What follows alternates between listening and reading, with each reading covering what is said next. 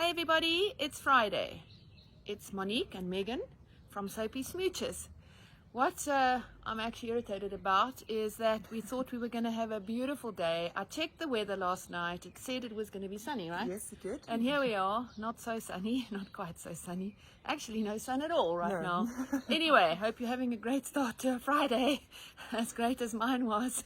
Anyway, we also thought it was going to summer, very hot. We kind of a bit cold here, right? Yeah, we're actually chilly. And there's not, look here, there's not a blossom on our tree. We really also looking at this going, okay, maybe now we're going to have some fruit. Anyway, let's start off by saying we had an interesting week yet again. One of our clients phoned and was adamant that we actually had cut their dog on its private part, the girl.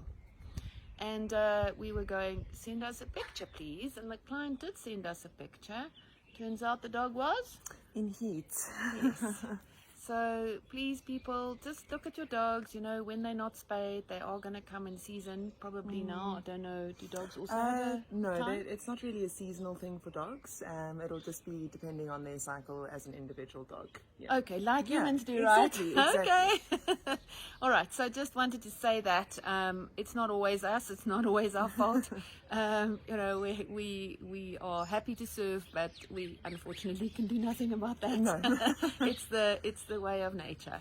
Anyway, we also had an interesting client come our way last week with some interesting dog, and this dog is called a Dogo Argentino, right? Yes. And Megan has done some homework on this dog. It was such an interesting story. So Meg, what is this? What is the Dogo Argentino? So the Dogo Argentinos is a large breed dog. It's a short-haired dog, predominantly pretty much white, and they are allowed to have a little bit of sort of dark markings on their face, but it's not allowed to take up more than 10% of the head. They were originally... What if it does? Then technically the Breeders Association doesn't really count it as a proper dogo. As a real dog, right? Yes. Well, no, it is a real dog, but maybe not, a complete dogo.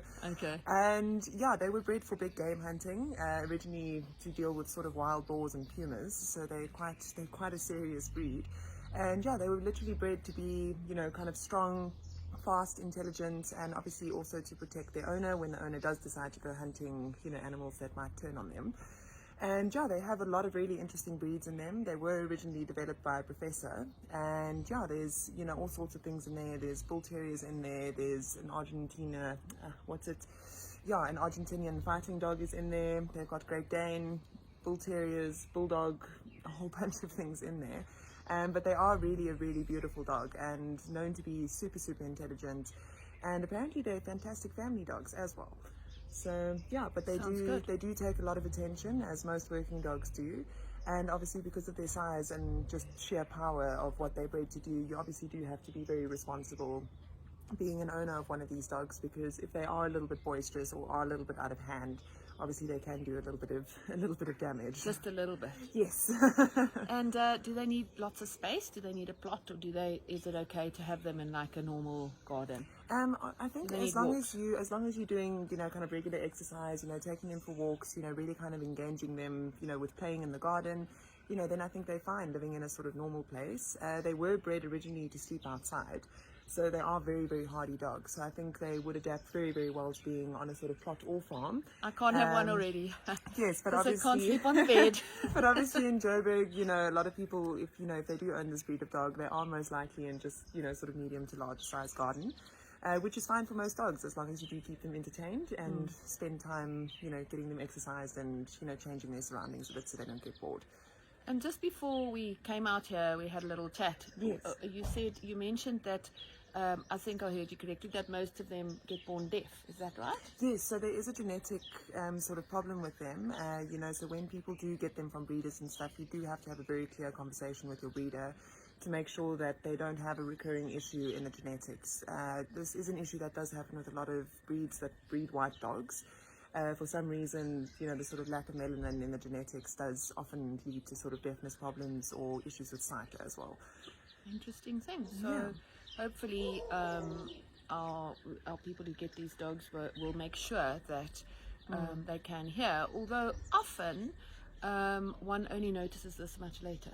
Yes. The deafness. And also blindness, weirdly enough, especially with cats. because their hearing and scent is so good that often people don't realize that their cats are blind, because they map things out in their mind, and they will still play with balls and things like that because they can hear it. But yeah, so it can be quite tricky to pick up. Yeah, that's interesting. Anyway, hope we gave you an interesting slant on your Friday. Yeah. Thanks, Megan. Interesting conversation. Thank you, yeah. And we'll see you next week. Have a great weekend and a great next week. And hopefully it's going to be summer next week. Summer's coming. Take care. Bye.